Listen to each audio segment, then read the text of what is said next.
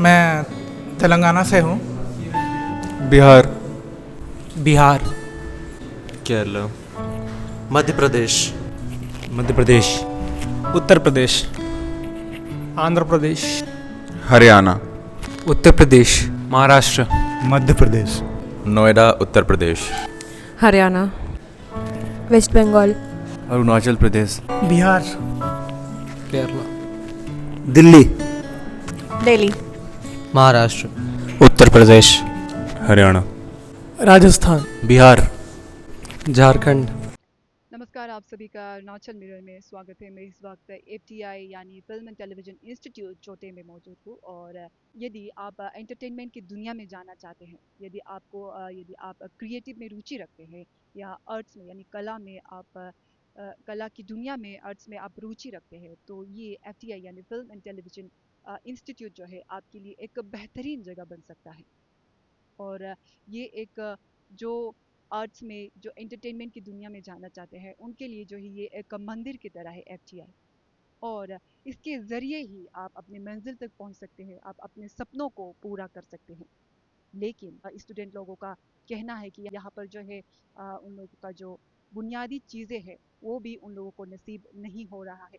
कि आप मेरे पीछे देख सकते हैं, यहाँ पर तो बना हुआ है इंफ्रास्ट्रक्चर। और यहाँ पर देखिए, यहाँ पर ज़्यादातर जो इंफ्रास्ट्रक्चर है वो नहीं बना है। और बॉयज़ हॉस्टल भी वहाँ पर है। आप दूर देखेंगे तो वहाँ पर जो है आधा अधूरा जो एक खंडर जैसा एक बिल्डिंग दिखाई दे रहे हैं, वहाँ पर जो है बॉयज़ हॉस्टल है। और वहाँ पर भी अभी तक 3 महीने हो चुके हैं क्लासेस को। और लोग जो है विद्यार्थी जो है इस FTI में जो है ये क्योंकि ये एक नेशनल इंस्टीट्यूट है, तो यहाँ पर जो है अलग अलग जगह से विद्यार्थी यहाँ पर पढ़ने के लिए आए हुए हैं। जैसे कि महाराष्ट्र हो गया, पुणे हो गया, दिल्ली, उत्तर प्रदेश, लखनऊ और बिहार और भी कई जगह से, कोलकाता से अलग अलग जगह से यहाँ पर विद्यार्थी जो है पढ़ने के लिए आए हुए हैं अपने सपनों को सच करने के लिए। लेकिन यहाँ पर जो है उनकी जो बुनियादी चीज़ें हैं वही उनको मुहैया नहीं कराया जा रहा है। और तो चलिए इन विद्यार्थियों से जानते हैं उनकी जो प्रॉब्लम है और उनकी जो डिमांड है वो क्या क्या है। मैम,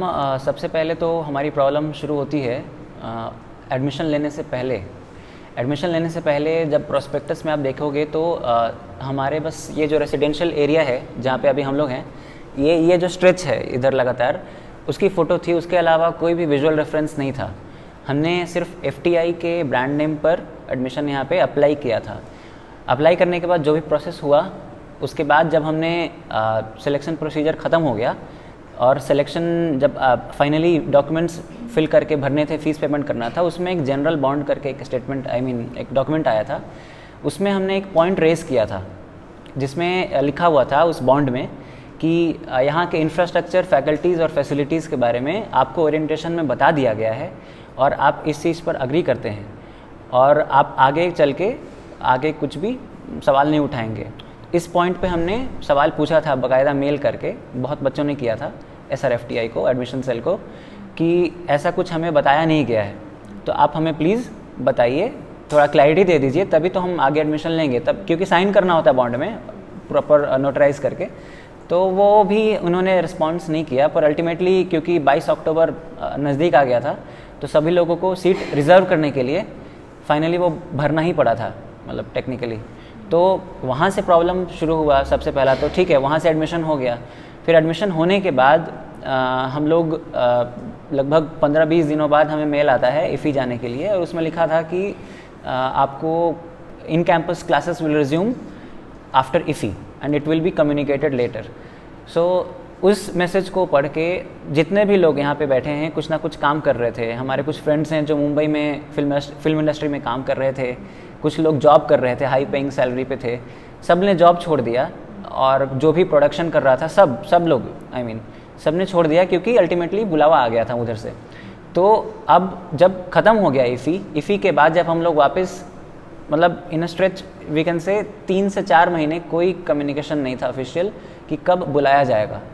और ये भी मतलब ऐसे बोलते थे कि आ जाएगा, 15 दिन में आ जाएगा, 20 दिन में आ जाएगा। तो वो जो अनसर्टेनिटी वाली पीरियड थी वो बहुत ही मेंटली टॉर्चरिंग था सबके लिए, और वो बहुत डिफ़िकल्ट टाइम था हमारे लिए, जिसमें हमें अश्योर किया जाता था कि यहाँ पे जो फैसिलिटीज़ होंगी ऑफकोर्स इंफ्रास्ट्रक्चर वाइज थोड़ी कम हो सकती हैं, क्योंकि ये पहला बैच है, और ये इस चीज़ के लिए हम लोग सब लोग प्रिपेयर्ड थे, मेंटली पता था। पर एटलीस्ट इतना तो होगा कि अगर आपने एडमिशन ले लिया है तो जो बुनियादी चीज़ें चाहिए होंगी उस सेमेस्टर को कैरी फॉरवर्ड करने के लिए, वो चीज़ें होंगी। इतना तो होना चाहिए था, तभी तो आपने एडमिशन लिया। पर यहाँ पर आने के बाद अल्टीमेटली जब मार्च सेकेंड वीक में जब हम लोग यहाँ पर आना शुरू हुए, 7, 8, 9 मार्च के आसपास, 10 तारीख को क्लासेस शुरू होनी थी। यहाँ आने के बाद जब हमने कैंपस टूर किया तो हमें पता लगा कि जो हमें प्रॉमिस्ड बिल्डिंग्स थी, फॉर एग्जांपल लाइब्रेरी ब्लॉक भी कम्प्लीटली रेडी नहीं था। उसमें से पहली बात तो प्रॉमिस्ड बिल्डिंग्स में से जो हैंडओवर हो चुका जाना चाहिए था, उसमें से एक जिम भी था। जिम हमारे सामने है, आपके सामने है, और अभी तक वो लोग बोलते हैं कि अभी वो प्रोसेस में है, ऑर्डर हो गया है, what ever it is, gym नहीं है अभी, यही है जिम आपके सामने है। और इसके अलावा जब हमने और टूर किया तो पता चला कि जितने भी हमारे एक्चुअल में एकेडमिक बिल्डिंग्स हैं, लाइक जो रेडी है, पहले वो मैं बता देता हूँ। लाइब्रेरी में ग्राउंड फ्लोर रेडी नहीं था, अभी भी रेडी नहीं है। और फर्स्ट फ्लोर में जो लाइब्रेरी है उसमें जब आप घुसते हैं तो उसमें एक कर्टेन से पार्टीशन किया हुआ है। लेफ्ट हैंड साइड में आपकी लाइब्रेरी का सेक्शन है, इतना एरिया होगा लगभग, और उसमें 4-5 शेल्व्स थी। जब हम लोग आए थे तो मतलब 50 के आसपास भी किताबें होंगी, नहीं होंगी एग्जैक्टली, उसकी फ़ोटो है हमारे पास। और कर्टेन के इस तरफ हमारा हॉल है जिसमें 45 कुर्सियाँ लगी हुई हैं, प्रोजेक्टर है और एक सिस्टम है, साउंड सिस्टम है। तो हमारी स्क्रीनिंग्स, क्लासेस, सारी चीज़ें यहाँ शुरू से होती आ रही हैं। और जो दूसरा बिल्डिंग जो रेडी था वो है क्लासरूम ब्लॉक। तो क्लासरूम ब्लॉक में हमारे सारे लैब्स, क्लासरूम्स हैं, सारे discipline wise, editing, cinematography, sound direction, इस तरीके के। उसमें हमें इक्विपमेंट्स रखे हुए हैं। तो हम फर्स्ट हाफ में हम लोग लाइब्रेरी के क्लासरूम में मेकशिफ्ट अरेंजमेंट में जो किया गया है उसमें हम लोग क्लासेस करते थे थियरी, और आफ्टर लंच हम लोग वहाँ जाते थे प्रैक्टिकल्स करने के लिए, जो कि इक्विपमेंट वाइज वो फुली इक्विप्ड था, हमें कोई इक्विपमेंट में कोई दिक्कत नहीं थी। ये 2 चीज़ें एकेडमिकली रेडी हैं। जो रेडी नहीं है वो मैं आपको बता देता हूँ। हमारा सबसे पहला तो जो कि क्लासेस लाइब्रेरी में हो रही हैं, वो हमारी क्लासेस क्लासरूम थिएटर करके एक बिल्डिंग है जिसमें काइंड ऑफ एक थिएटर स्पेस होता है जिसमें हम एक्चुअल में क्लासेस होनी होती हैं। वो हमारा रेडी नहीं है, अभी तक रेडी नहीं है, वो अभी अंडर कंस्ट्रक्शन है। उसी के अंदर एक परफॉर्मिंग स्टूडियो है जो कि एक्टर्स और जो एक्टिंग बैच है, एक्टिंग वर्कशॉप अगर होनी है, जो कि अभी तक नहीं हो पाई है उसकी कंस्ट्रेंट की वजह से। और वो हमारा एक्टर्स के लिए एक वर्किंग स्पेस होता है, क्योंकि वो बड़ा स्पेस चाहिए होता है। वो दोनों चीज़ें एक ब्लॉक में है, CRT ब्लॉक। उसके बगल में साउंड ब्लॉक रेडी नहीं है, सामने डिजिटल ब्लॉक रेडी नहीं है। हमारा जो डेली स्क्रीनिंग्स जो हम लोग शाम को करते हैं प्रोजेक्टर पर, वो प्रीव्यू थिएटर में होता है या फिर CRT में भी कर सकते हैं। प्रीव्यू थिएटर भी रेडी नहीं है, जिसको हम ऑडी बोलते हैं। और उसके बगल में है हमारा शूटिंग फ्लोर डेमोन्स्ट्रेशंस हो गए, सेट बनाकर कुछ प्रिपेयर करना हुआ। वो हम मानते हैं कि हो सकता है कि अगर आप आप पूछेंगे इन लोगों से तो आप यही बोलेंगे कि वो इस सेमेस्टर में ज़रूरी नहीं है, नेक्स्ट सेमेस्टर में तो है आगे चल के, पर जब स्पेस रहेगा तभी तो उसका इस्तेमाल कर सकते हैं। कुछ वर्कशॉप होनी, अभी हमारी साउंड की वर्कशॉप हुई, उसके लिए हमारा इंफ्रास्ट्रक्चर रेडी नहीं था, जो भी चीज़ें चाहिए थी वो चीज़ें तैयार नहीं थी। बॉलीवुड से आए थे वो लोग, स्नेहा खनवालकर मैम आई थी, तो उनका भी काफ़ी कंप्लेंट था। तो बेसिकली इंफ्रास्ट्रक्चरली ये सारे इश्यूज़ हैं। उसके अलावा हमें मेनली पावर कट का जो हमें सबसे बहुत ज़्यादा कंसर्निंग था कि पावर कट बहुत रिग्रेसली होता था। जो लास्ट वीकेंड था, 3 दिन का वीकेंड, उसमें 12 से 14 घंटे की पावर कट हुई थी, और उसके वजह से हमें एकेडमिकली बहुत ज़्यादा नुकसान झेलना पड़ रहा था। कुछ लोग बैटरी चार्ज नहीं कर पा रहे हैं, कुछ लोग जो भी पेंडिंग काम है वो नहीं कर पा रहे हैं, रात को एडिटिंग नहीं कर पा रहे हैं, अगले दिन सबमिशन है, फिर अगले दिन क्लास में जाते हैं तो फुल पोटेंशियल में वो अपना क्लासेस को अटेंड नहीं कर पाते हैं। तो इन सारे फैक्टर्स को अक्यूमुलेट करते हुए सारी ये डिसीजन हम लोग लिया है हम लोगों ने। इसके पहले हम लोगों ने हॉल्ट किया था मार्च में, और उसमें कुछ प्रोमिसेस की गई थी। अगेन प्रोमिसेस हम लोग बहुत पहले से सुनते आ रहे हैं, कभी भी वो पूरी नहीं होती हैं, तो इसलिए अभी तक वो पूरी नहीं हुई थी। तो हमने सोचा कि एक बार एक फर्म डिसीजन लेना पड़ेगा।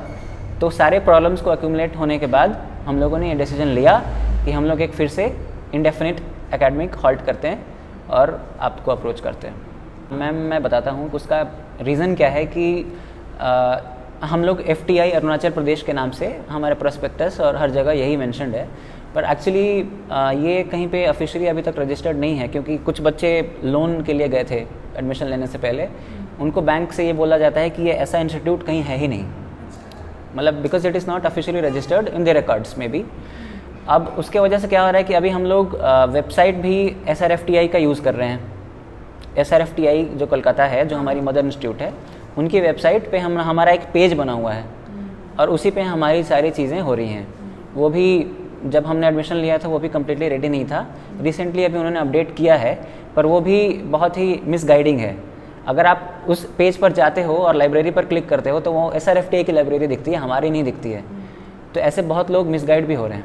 तो बेसिकली हम लाइब्रेरी वेबसाइट भी उनका यूज़ कर रहे हैं, क्योंकि हमारा ऑफिशियल नाम अभी नहीं है, ना ही नाम है फाइनलाइज्ड, लोगो भी नहीं है, वेबसाइट भी नहीं है। All these factors are leading to unavailability of student ID cards. हमने बहुत पहले कंप्लेंट डाला हुआ है और हमारे पास ऑफिशियल कम्युनिकेशन भी है कि SRFTI ने मिनिस्ट्री को रिक्वेस्ट डाला हुआ है। अब वो मिनिस्ट्री के पास है वो फाइल, अब हमें नहीं पता कि वो कब फाइल फाइनलाइज होगा। लगभग 3 महीना होने वाला है, तब अब तक नहीं है हमारे पास ID कार्ड्स। 1,15,548 ऐसा कुछ, 568 मतलब 115 समथिंग, मतलब 1,15,000 समथिंग। तो इसमें हमारा एक सेमेस्टर का ट्यूशन फीस था which is again 43,000 something. Admission fees था क्लोज टू 5,000 के आसपास होगा, और बाकी रिमेनिंग अमाउंट हमारा सिक्योरिटी डिपॉजिट है। फिर इसके अलावा मतलब इतना हमने सिंगल पेमेंट किया था बिफोर 22 अक्टूबर, हाँ फर्स्ट सेमेस्टर के लिए। और उसके हॉस्टल फीस जो है वो अलग से है। हमारे प्रोस्पेक्टस में जब हमने एडमिशन लिया था 22,000 के आसपास था, और वो पर सेमेस्टर जाता है, और पर सेमेस्टर ट्यूशन फीस हमारा 43,000 के आसपास था जब हमने एडमिशन लिया था। और उसके अलावा एक्सपेंस हमारा मंथली चार्जेस है, मेस चार्जेस, वो अभी फाइनलाइज नहीं हुआ है, रेंजिंग फ्रॉम 2,500 टू 3,500, वो वेरी करता रहेगा। तो बिजली यूजुअली अगर मैं वीकडेज़ की बात करूं, जब क्लासेस होती हैं तो बहुत रेयरली जाता है। मतलब अभी पास्ट 1 वीक 2 वीक से अगर मैं बोलूँ, उसके पहले की बता रहा हूँ, तो बिजली का प्रॉब्लम कुछ हद तक ठीक हो गया था। पर अगेन वो सिर्फ क्लास जब चल रही थी तब हो रहा था। पर हमारे पास 2 दिन टाइम मिलता है वीकेंड का, जो हम पेंडिंग काम कर सकते हैं, खुद पे काम कर सकते हैं।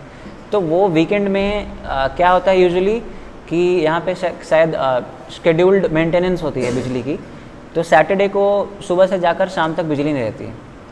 अब उसमें हमें बहुत नुकसान होता है बिजली ना होने की वजह से। अब अगेन मतलब वीकडेज़ में ज़्यादा प्रॉब्लम नहीं होता, वीकेंड्स में ज़्यादा प्रॉब्लम होता है। और ख़ास करके रात में तो पिछले हॉल्ट के बाद से बिजली आ रही है, 15 तारीख के बाद से। पर उसके पहले हमें सोने में भी दिक्कत हो रहा था, क्योंकि रात में चली जा रही थी बिजली due to whatsoever reasons, diesel नहीं है या फिर इलेक्ट्रिशियन जो है वो चला गया, वो जो भी रीजंस हैं, हमें तो बिजली से मतलब है, क्योंकि हमारा काम हैम्पर हो रहा है। तो ये है। अब अगेन बिजली का क्या है कि बिजली is directly link to wifi. अब नेटवर्क एंड वाईफाई का भी एक इशू आपने पढ़ा होगा जो हमारे डिमांड्स में है, तो वो इस तरीके से कनेक्टेड है कि क्या होता है। अगेन मैं लास्ट वीक की कोट करता हूँ, 12 से 14 घंटे नेटवर्क, जो एयरटेल का नेटवर्क है, मोबाइल नेटवर्क, वो चला गया था। वाईफाई भी चली गई थी क्योंकि बिजली नहीं थी। तो we were left with no network in this type of area. हमारे पेरेंट्स पैनिक हो रहे थे, बहुत बच्चे परेशान हो गए थे, क्योंकि हम लोग आपस में ही कम्युनिकेट नहीं कर पा रहे थे। तो ऐसे सिचुएशंस आगे ना हो, इसलिए हमने उसको भी इंक्लूड किया है, क्योंकि ये बहुत प्रॉब्लमेटिक सिचुएशन बन सकता है in case of emergencies.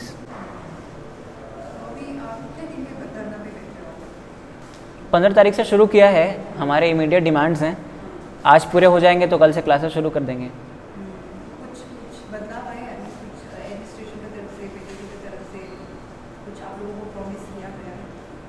Promise जो हमने ऑफिशियल मेल डाला था हॉल्ट करने के लिए 16 तारीख को डाला था, मतलब 15 तारीख को डाल दिया था, डिमांड्स हमने अगले दिन भेजा था।